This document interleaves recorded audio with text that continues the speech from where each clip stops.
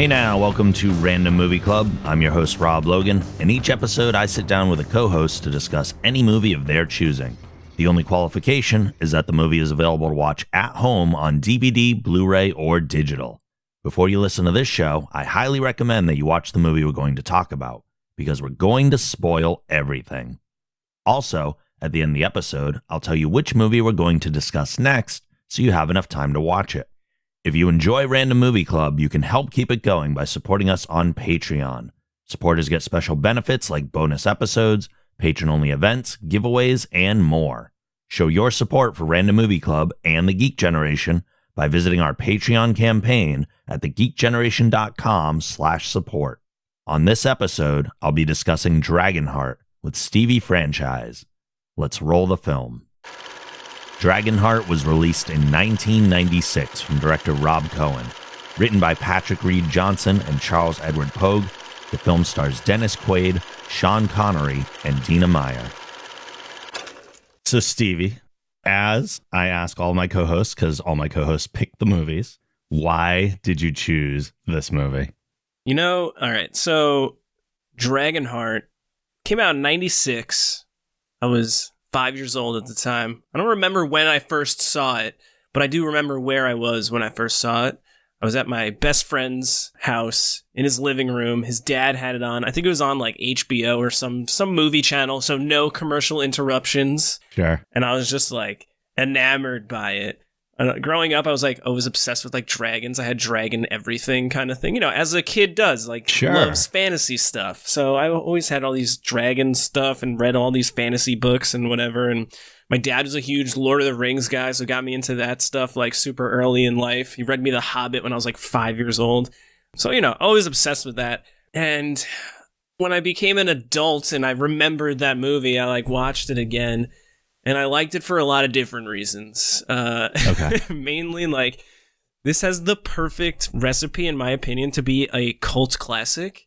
And everyone I talk to does not know about this movie. It's just, vanished from everyone's mind. And it, really upsets me because it's, the perfect mix of, some odd character or scenario. There's this niche setting and hilarious quips throughout the movie. There's all these little pieces that I'm like, how is this any different from a Big Lebowski aside from the fact that there's a talking CGI dragon? Okay, that's kind of where my head's at. I'm I'm trying to be the evangelist for DragonHeart, the 1996 movie. It's not too late for it to become a cult classic. It's important to have a mission in your life, and yours is secure. Yeah, I found mine. It's hello, Sean Connery voiced a CGI dragon, and you didn't know that. So yeah, Dennis Quaid has reduced himself to doing Esurance commercials, and I'm sitting here dude, you were a fucking dragon slayer. I don't know if I could use profanity on this, but he was a fucking dragon slayer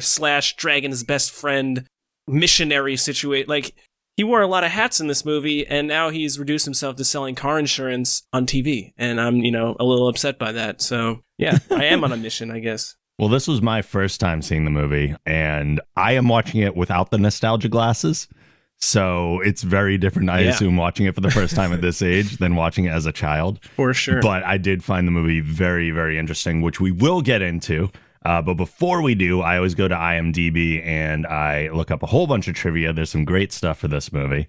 First of all, Butch Cassidy and the Sundance Kid was one of Patrick Reed Johnson's influences behind the film. He pitched the idea as Butch Cassidy and the Sundance Dragon, saying that he liked the idea of a dragon and a knight conning villages for money because it was not only funny, but kind of sweet.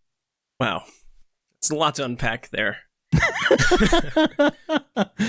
It's interesting because I feel like they totally went away from the trope of dragons hoarding money and jewels and stuff. He didn't care about it at all. Not at all. He's this noble creature throughout the entire thing that had really strong ideals. Yeah, that's interesting. Sir Kenneth Branagh was involved for a while as director in the early stages of production, and then Richard Donner, who spent 6 months on the development before moving on to other projects. So this was actually in production for quite a while. I guess one of the early limitations was what they were going to do about showing Draco. And they actually had Jim Henson's company involved at one point. Wow. And then it took so long that by the time they got ready to make the movie, they were like, you know what, we're just going to do CGI because I think we can do it this way now. That's another reason why I always think about this movie. It's like one of the first movies I could think of that like did a pretty believable CGI. Like 1996, and it didn't look like complete shit, in my opinion. It looked pretty good. Like, it was pretty believable. There's the hilarious mouth scene that we'll get into. Oh, God.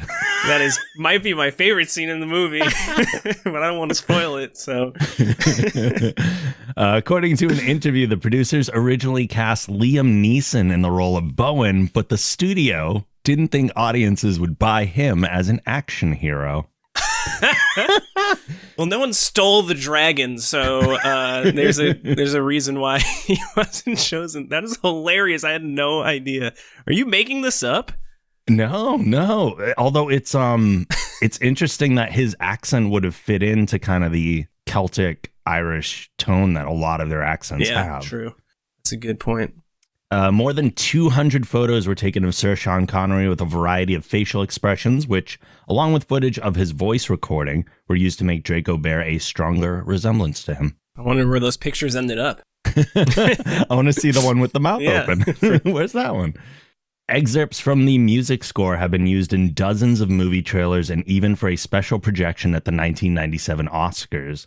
The main theme was also used as interstitial and credits music during the U.S. telecast of the 2004 Olympics. Get out of town. See, this movie is monumental, and nobody knows this. The music's real good. Yeah, it is a good score. It is very, like, Lord of the Rings-esque, too, you know? I totally got that vibe. I was like, this was definitely, like, when they went to Rivendell situation in Lord of the Rings. I can see him using that for, like, the Olympics, too, because, like, it's got more of an uplifting tone to it, because that's just kind of the vibe of this movie. So it's got the fantasy element, but, like, happier. Yeah, totally.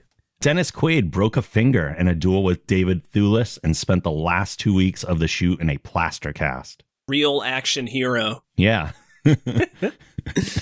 Draco has only 23 minutes of actual screen time. That was one of the things I was going to say is they did a really good job of hiding him for like a long portion of the movie. It was just this, which kind of made the CGI, I think, more impactful. Like when the dragon actually showed, it was like, holy shit, this is looking good, you know? Yeah. Versus if it was a Jim Henson puppet, like, I love Jim Henson and all of the things that he's done. And he did like, it was all like Dark Crystal and all that stuff. Yeah. I don't think I would have liked the movie as much though if it was puppeteers, you know?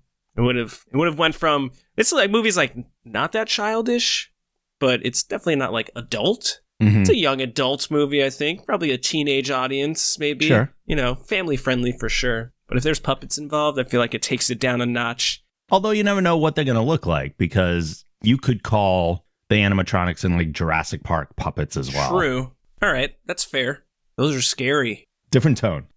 Weird coincidence. Jason Isaacs plays Lord Felton opposite a character named Draco. In the Harry Potter film franchise, Isaacs played Lucius Malfoy, who has a son named Draco, played by Tom Felton. Oh. That's weird. Interesting. That is really weird. I really want to know who, like, figures this stuff out. People like me that have too much time. Yeah, I guess. And now you're spreading the message, you know? I know. We got to educate the masses. Yeah. In the scene in which Bowen, Kara, and Gilbert flee from a mob of armed villagers before they go to Avalon, Pete Postlewaite is seen accidentally putting his hand on Dina Meyer's clothed left breast. Although it was accidental, it was kept in the movie, which makes sense because it didn't really seem like it fit in. Yeah. It was a weird little moment. There's a weird situation that we have to talk about later with the whole Kara. Yeah, okay. Oh, man. A few more. Director Rob Cohen stated that he was looking for an actress who was, quote, strong and someone who could, in the end, handle herself with double Viking axes and look believable for the role of Kara. Dina Meyer was the second actress Cohen interviewed for the role and obviously got it. It takes a true someone to dual-wield battle axes, I guess. It's true. In the movie, on the eve of the battle, Bowen appears wearing the headband that belonged to Kara's father on his arm without any explanation. The novelization reveals that Kara gave the headband to Bowen in the cistern of Einon's castle as they snuck in to rescue Draco. Or Einon, whatever it's pronounced. The spelling of it, like, I remember I was looking it up afterwards, and I was like, that's not how I would picture how do you spell that man's name. No. Einon. Yeah, not at all. Really threw me off. And lastly, Bowen shooting the arrow at Draco above the lake is an homage to Bard shooting the arrow into Smaug in The Hobbit. Draco even falls into the lake and plays dead. See? That's why I like it. I'm telling you. Clearly inspired. I was inspired. Okay, so the movie itself begins with Bowen training Einan. Interesting sequence. This is Dennis Quaid hamming it up. He's the biggest dick for the first 10 minutes. Yeah. Teaching is a loose term, I think. It's more like shitting all over this poor kid trying to learn how to sword fight. I did love the part where he's like, I'm old, I gotta sit down. He's just messing with him so bad. Pours a drink at one point. Is sipping on some water or wine. Who knows? Yeah. The king calls for Einan to come witness him crush a peasant rebellion. And here we get maybe one of the wackiest openings to a movie I've ever seen. The progression of the next few events that kind of set up everything. It's all so fast and so wacky. Yeah. It's like, son, come check this out. Come check this pillaging out. And then it turns into, the cuts were pretty aggressive, for sure. And things happen so fast. The king's in there, gets jumped by the peasants. Yeah. Einan rushes in and grabs his father's crown. You thinking he's gonna console him? Right. He's like, mine. I thought he was gonna kill him.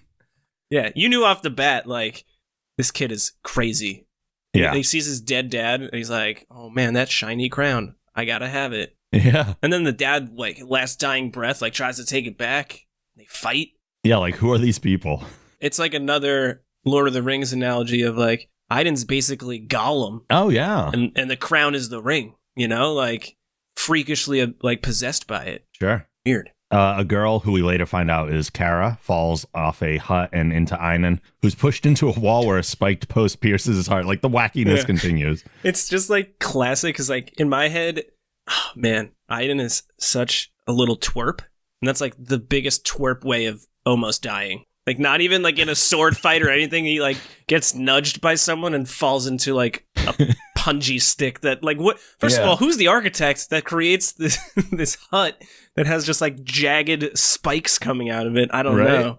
To save him, Einan is brought to the cave of a dragon where Queen Aislinn begs the dragon to save his life. The dragon opens up the chest plate and places half of his heart into Einan's chest, which restores his life. Of course, keeping the dragon in shadow the whole time, like you said, kind of building up to the reveal of it. Very smart to do.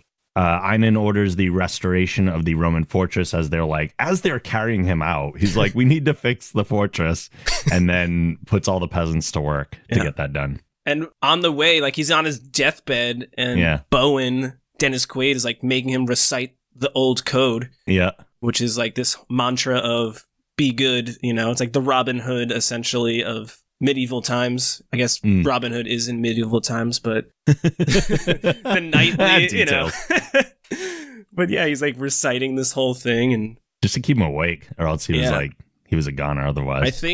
I don't know if we're going to talk about this, but there was an important line in the cave that Bowen and Draco shared, and it was basically Bowen pledged his allegiance to the dragon. Yep.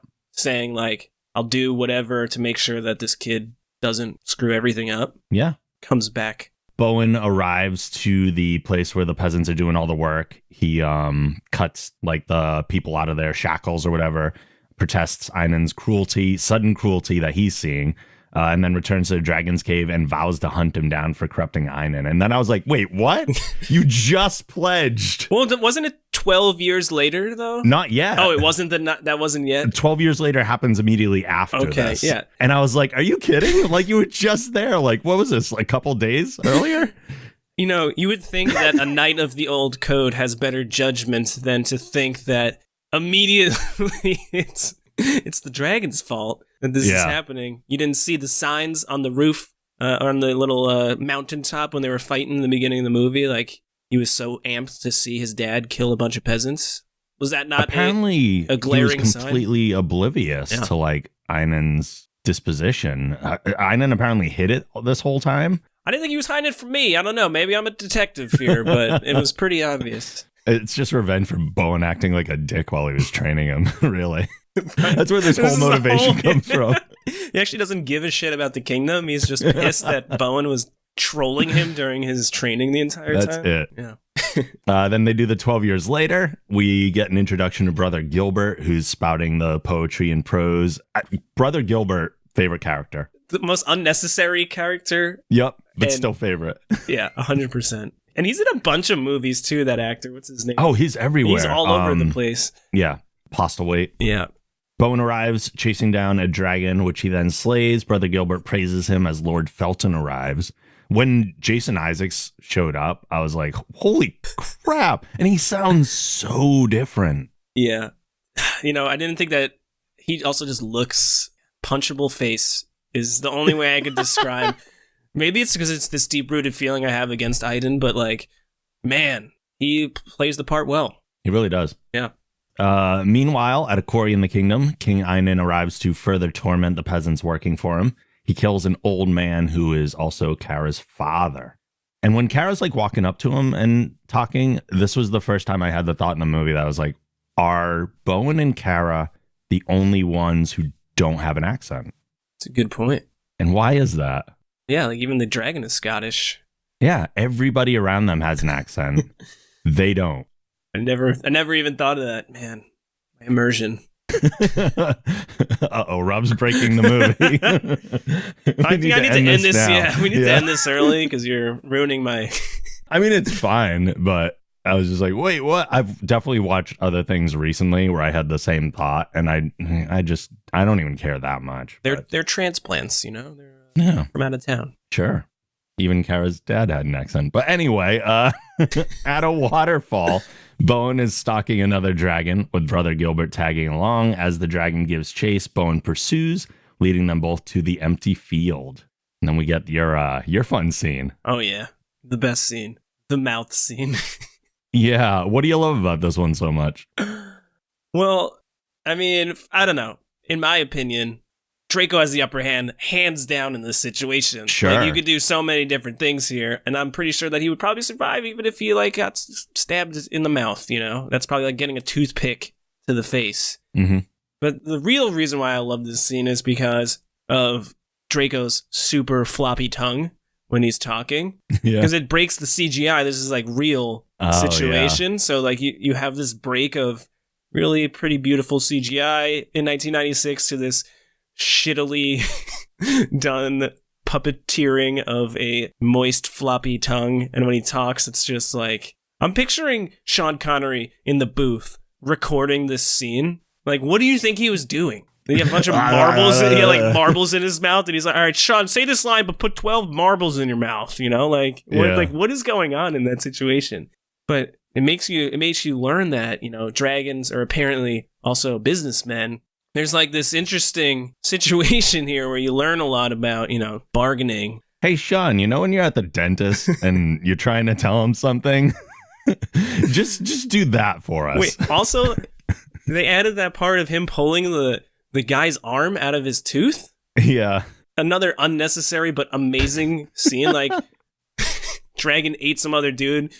And Bowen just decides with one hand, he's sword stuck in the roof of your mouth. Oh, it looks like you have something here. Let me get that for you. It's someone's arm. I'll throw it out. Yeah. And then the Draco thanks him. Oh, thanks for getting that. It's been bothering me They're for having a little moment. Yeah. That's when there's a serious bromance between Draco and Bowen. Absolutely. And that's where it starts. Yeah. This was the scene in the movie where I started to kind of question the tone. Yeah. Because I wasn't sure what I was watching up to this point. Is this a fantasy drama? Is this a tongue-in-cheek thing? Is this a straight up comedy? And it's a little bit of all of it. Yeah. But when they started throwing the jokes here and Draco's only shooting fire out of his nostrils. He shoots at Bowen, and it's almost like Bowen's in a Looney Tunes cartoon, and he's burnt slightly with a little bit of smoke coming off of him. And then he takes a shot to the nuts, and I'm like, okay, I know what I'm watching now. Yep, that's exactly right. It's it's classic mid-90s fantasy, I think, family-friendly fantasy. Which is hilarious because Rob Cohen's the director of this, and he went on to make Fast and Furious and Triple X and all those movies, which I think is a hilarious segue. He's like, all right, I made DragonHeart. Let's make some movies about cars. Let's make everything with Vin Diesel instead of dragons. They're the same thing, dude. Vin Diesel Basically. could be a dragon. Let's be real. Realizing that no one can possibly win the face-off that they're in, the dragon proposes an alternative. And we don't hear it, but we see the next day the dragon's flying over the village. Bowen arrives soon after and agrees to slay the dragon for a reward. They stage a mock battle in which Bowen fires a large spear towards the dragon, who catches it as he feigns death, which looks hilarious, and plunges into the lake below and swims out of sight. It's like great acting by Draco. He catches the spear and he's like, oh, and then just dives into the water. He does like a swan dive essentially, because it looks like he's flailing, and then he like even puts his hands up like he's like a perfect tuck. 10 out of 10. There was like people in the village, rating this dive. It was just hilarious. Oh my god, that would have been added amazingness if the signs went up by all the villagers. Oh my goodness. I know it'd probably be blasphemy for you, but let's do a DragonHeart reboot and we're gonna rewrite some things, add some bits. It'll be fine. It probably wouldn't even stray too much, to be honest, so it's okay. At dinner in his castle, King Einan fends off an assassination attempt by Kara and throws her in the dungeon. While visiting her there, he realizes that she's the one responsible for the injury to his heart years ago, and then falls in love with her. Yeah, super weird, right? It's just like... Also, I love Kara, but to say that she like almost killed him when they were younger, a stretch. She just she just jumped, like she like didn't even jump purposely to hit him. She like fell, like landed on him. Yeah. Like I don't think she was, eyeing it up, like calculating the angles of if I hit him right here, he's gonna get impaled by a wooden stake, So like I feel like he doesn't even have any right to be mad at her. They basically had their grocery carts collide at the store. That's it. Like an oops, and the oops was... But also, like, why would you be mad if you're Aiden? Because now you have half a dragon heart and you're basically immortal. Like, you should be happy at this point. Right? I think that's what he did, like, right? He did, like, kind of like... He was like, I owe you a debt. Yeah. And that's why he's like... And she's also kind of hot, I guess. Yeah. But it was, like, really low-key spitting game. And then he was like, nah, maybe I'm still a psychopath and maybe I'll kill you, Yeah. He couldn't make up his own mind. He's like, do I want to hit on her or do I want to he's off his rocker, her? so. Oh, yeah. At their camp, the dragon feels a pain in his shoulder, and then the scene cuts back to Einan and Kara showing a fresh stab wound in his shoulder, establishing the connection between the two. Yep, so that's when you learn, right? That the heart they share is more than just the heart. It's smart way to do it. Yeah. Back at the camp, Bowen gives the dragon the name Draco after the constellation because his real name is something that he apparently can't pronounce.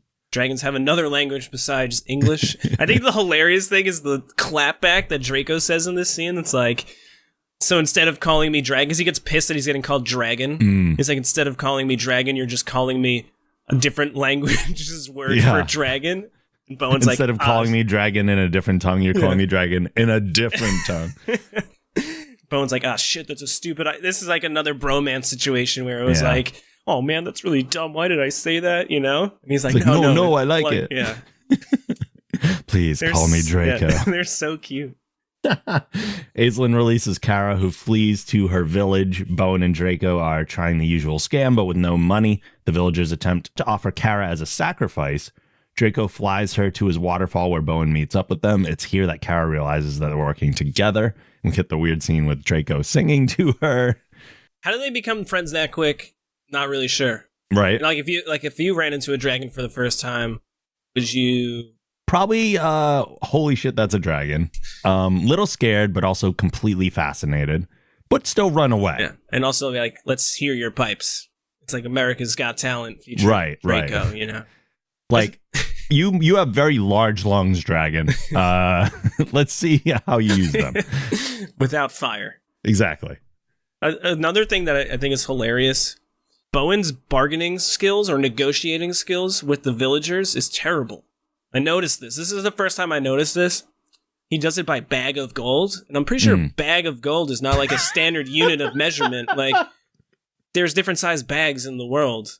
Yeah. So then when he goes to kill Draco a second time, he's like 2 bags of gold. Yeah. Like, they could just get 2 smaller bags, dude, and you end up with the same amount of gold, like. It's very true. I was kind of upset. Like, he was a knight of the old code, and then he turned into this like mercenary guy, but you could tell that he doesn't have the brains to be a mercenary. He's still deep rooted, has that, Yeah.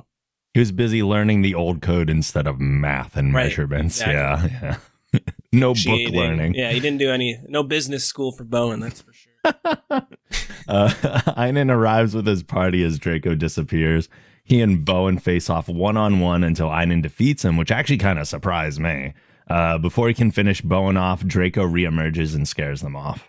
How did Bowen lose? And they never even talk about it. No. Bowen flexes all over everyone. Like, it's incredible. He's like the most incredible man. He's the James Bond of like medieval times, in my opinion. Meanwhile, his bromance is James Bond, the dragon. See, full circle. But I think that like that moment was like a serious like heart-to-heart situation because Aiden says something like, "Yeah, you taught me to fight. I got everything I needed out of you. Like, I don't give a shit about the old code." And I think that's when Bowen realizes like, it wasn't the dragon's fault. Like, this kid was pretty fucked up to begin with, Yeah. But very good at hiding it when he was younger, apparently. Yeah, Very good. Hidden in plain sight, as they say. Yeah. The three head to another village to continue the scam, but Kara interferes and almost ruins it. Then Brother Gilbert appears and then praises Bowen's abilities. The scam is revealed when the lake that Draco falls into is too shallow to disappear, because they didn't check that beforehand. Pretty sure you can eyeball that, Yeah. Like, hey, maybe? I can see the bottom. I also think that, like, man, I would love to have a Brother Gilbert follow me around, because that dude is the best hype man ever. Right? Just writing songs about you, like, praising the crap out of you. Like, if you're having a bad day, you just need, like, a Brother Gilbert following you around. Oh, man, if only. Yeah, the lake thing. Maybe dragons are like farsighted, I guess. They can't. Like, he couldn't really measure that out. I don't know. If they see glass, they don't. It's not there. They'll just fly into it like a window. They're pigeons. Yeah. It's actually, this is a long branded content for Windex. It's a real good looking lake. The villagers go after Draco, but he flies away. They turn their attention to Bowen, who grabs Kara and Gilbert on horseback before Draco flies them away to Avalon. That's when we get the awkward, like, breast touching scene. There's this weird, like, Bowen Kara situation that I think is bizarre. Like, there's like, it seems like they're flirting at times. Oh yeah, but how young she is. She was a child when she hit like hurt Aiden, and Dennis Quaid was a man. Then 12 years pass, still a man. He looks exactly the same, by the way. Everyone else aged in the movie except for he just got longer hair. He literally looks dashing AF. Yeah, I mean, it was the medieval ages. Yeah, I was going to say that. So I feel like there were different rules. Yeah, maybe. It's a period piece, so yeah, I guess that applies. And how old could any of them really get? Right, he probably was like 20. Like, Bowen was probably 20. Yeah, they just aged really poorly, except for Dennis Quaid. Dennis Quaid looks better now than he did in 1996. Like, let's be real. At Avalon, Draco tells them the tale of Dragon Heaven and reveals he's the one who shared his heart with Einan, which Bowen had questioned at one point. And he does like no, that's the story we all know. Yeah. Hilarious. Yeah. It's just like, and Bowen doesn't prod at that point. Like, if someone said that to you, like, this dragon is like amazing at delivering everything that he says in such eloquence, and then he does this weird panicky move, and Bowen just says, okay, I'm cool with that, that's fine. Well, as we know, Bowen is a horrible reader of character. Yeah. That's a great Einan kept it hidden for so long too. The Knights of the Old Code apparently take everything at face value. That's it. It's fine. At night, Bowen witnesses a vision of King Arthur and is reminded of the old code that he swore himself to. And this was done in Draco's voice, so I didn't know if he was actually having a vision or if, like, Draco was hiding somewhere and, like, heating up behind it to make it look brighter. Still unclear about that. Yeah. Because it's definitely Draco talking. Mm. This is, like, the only part of the movie I didn't really like. I wish they didn't bring King Arthur into the realm here. Like, a little overplayed trope, in my opinion, for medieval. Like, why can't he just be a knight of the old code, and the old code is just the old code? Why does it have to be King Arthur? Like, sure. You don't need that crutch, in my opinion. This movie does its own, It doesn't need any crutches like King Arthur. They all return to Kara's village and begin training the peasants to fight in a new rebellion against Einan. Brock comes across the training and reports his findings back to Einan.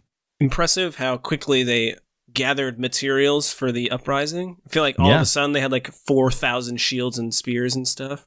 Even though they seem like against the idea of a rebellion, man, were they ready for it. Yeah, they were like, we had this stuff laying around, I guess. We had no plans on Saturday. And this is when you learn that Brother Gilbert's like a fucking shot. Right? It's like, he's like nervous about using a bow and arrow, and then he's like, of course, they add the comedic crotch shot with the bow and arrow into the dummy. Like, couldn't be a headshot twice, had to be pinpointing, I thought they were going to go for the trope shot of the arrow splitting the other one. Double arrow, of course. Aislinn presents Einan with a gift, quote unquote, of 5 dragon slayers. This is low-key petty, right? Yeah. Like, I want you to die because you're my son, and I fuck. She's feeling guilty at this point, right? Like, damn, I basically kept you alive and you're a piece of shit. Now I'm going to try and kill you. Because she knows that, I don't know, like, at what point do you find out that Aiden cannot die unless Draco dies? Very soon, actually. It's in the next scene. Okay. Yeah, because, like, you don't know that. Oh, yeah, but she kind of...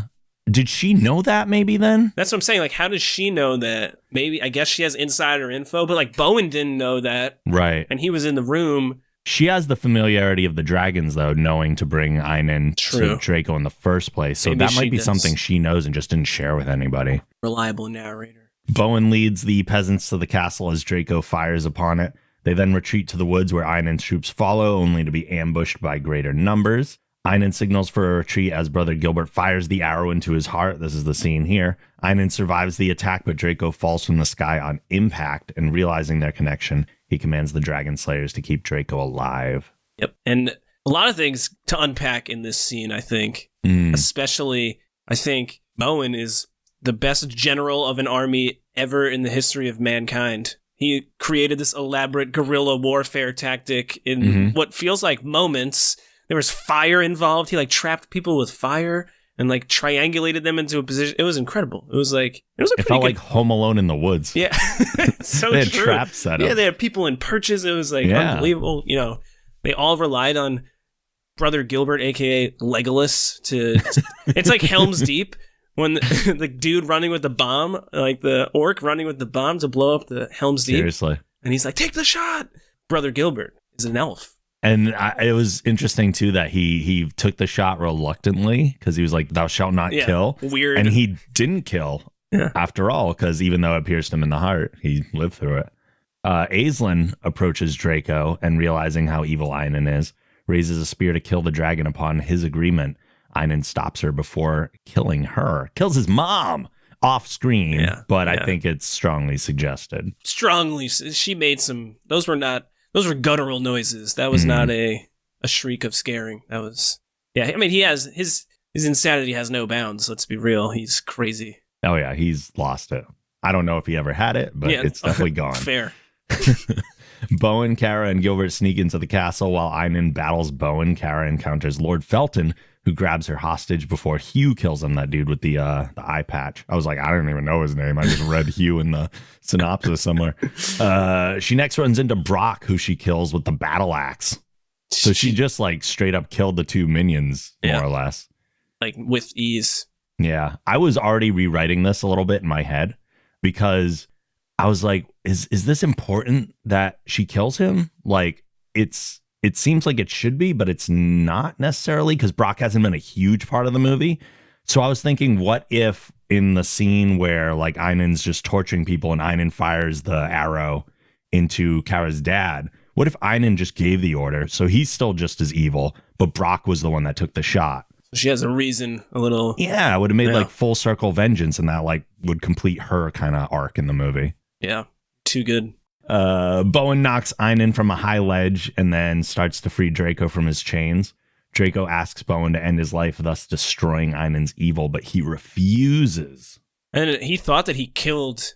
He still doesn't know at that point. Like, he thought he killed Aiden, remember? Yeah. Like, he, like, does the Sparta kick thing, Aiden falls to the like a great length. Oh yeah. And he's like, yeah, I got this. Like it's over. And that's when he like realizes, I guess, the deeper connection, which is sad. The bromance has to come to an end.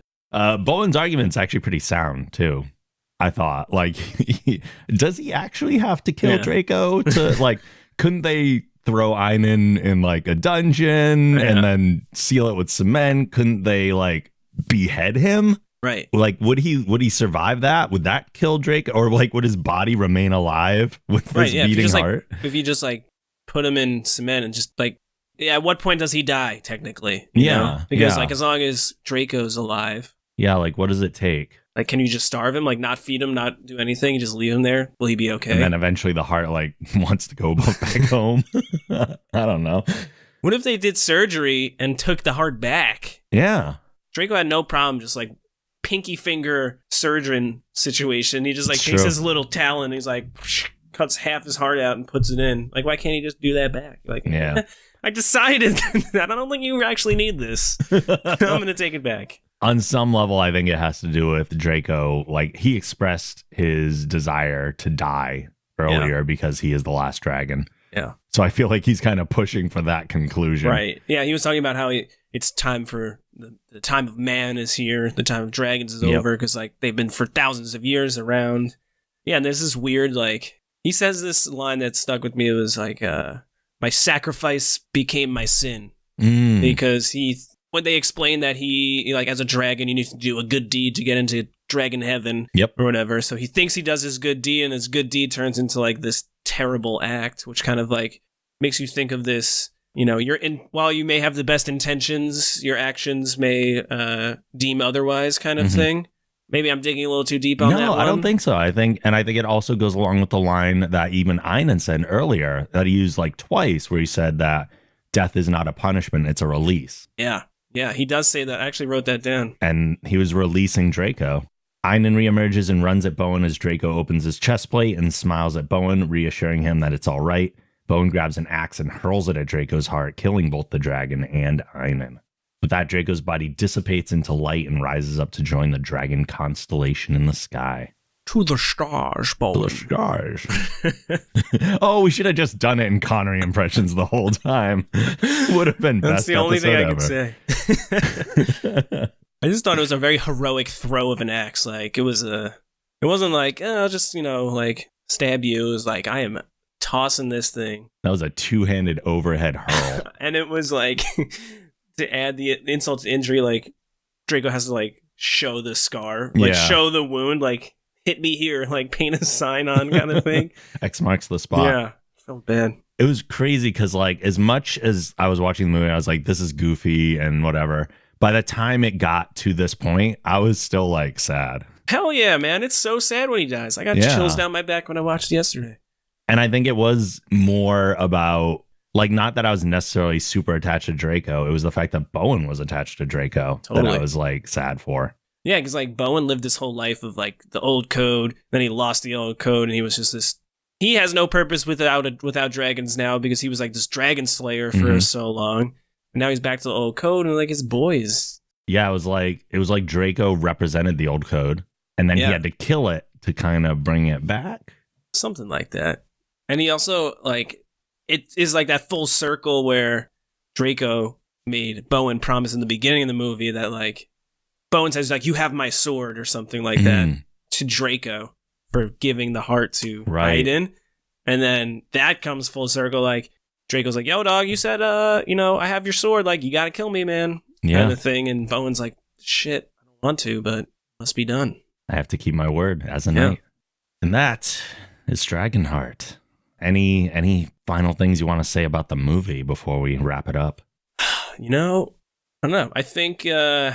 It just really, it has a lot of things going for it. Obviously, a lot of silliness that goes on within the movie. But I think there's a thread in there that is, you know, worthwhile. It wasn't like a so bad it's good movie, in my opinion. No, there were redeeming parts to it, for sure. I think there's redeeming qualities. I've made my fiance watch this, and she can't find many redeeming qualities in the movie like I can, but not for everyone. But I don't know. I just thought it was, like I said in the beginning of the show, you know. this whole cult classic thing. I think it totally fits into that formula. There's a lot of similar kind of minded movies out there. And it's not like it did poor in the box office. I mean, they made sequels. Didn't have done that bad. Some big time names in it. Directors still has a pretty successful career. He has like one of the most successful franchises ever in Fast and the Furious. Like, it wasn't a flop, which makes it worse for me as a missionary of Dragonheart. Because they didn't even flop. Like, more people should know about this. Right. It wasn't like a complete nothing that, everyone kind of wrote off. People saw it in 1996, and I'm trying to find him. I can't find him. The one person I found, Sean, my college roommate, shares a love of Dragonheart with me. We have debated getting Knights of the Old Code tattoos together or Draco Constellation. We've been going back and forth on it. The Knights of the Old Code, like the code is kind of long for a scroll tattoo, but yeah, that's how much like we have introduced this movie to a lot of people. He's my co-pilot in this missionary world that I'm building. So I have to shout out him because he's definitely going to listen to this. And I couldn't go an episode without saying, can't talk about Dragonheart for 1 hour without mentioning my boy Sean. Respect. The bromance on screen becomes the bromance in real life. He's I want to be Draco. So he's my Bowen. Well, we will continue this mission and get this out on the internet for all to hear. Speaking of the internet, where can people find you? Sure. Yeah, I'm on social media, mainly Twitter, Stevie Franchise with a 1 and a Z. I'm sure you'll plug the link somewhere. Absolutely. I shit post a lot on Twitter. Also on Twitch, I stream, I would say occasionally at this point. I've been kind of going back and forth, a lot of real life stuff. I do a lot of travel for work, but I usually go Monday, Wednesday, Sunday, Stevie_Franchise with a Z. But yeah, I mean, find me on the internet. I like talking about quote unquote crappy movies. I have a lot of strong opinions about them. Yeah, this was a pleasure. I'm so happy to spread the word. And I'm going to watch Dragonheart 3 and 4. Skip 2 for the love of God. Might have to come back and tell you to skip 3. But 4 has Patrick Stewart in it. And I feel like he wouldn't say yes to a shitty movie. Sounds promising. Right? All right, well, thank you for joining me. This was fun. It was a pleasure. Random Movie Club is a production of the Geek Generation. If you like this show, be sure to check out our podcasts and videos at thegeekgeneration.com, plus our live streams at twitch.tv/thegeekgeneration. Don't forget you can support Random Movie Club and get access to exclusive bonus content by visiting our Patreon campaign at thegeekgeneration.com/support. Our theme song is provided by Michael McLeod of Wolf's Den Music. A link to his site can also be found on our site. Thanks for listening, and make sure you join us next time when we'll discuss Kindergarten Cop. See you then.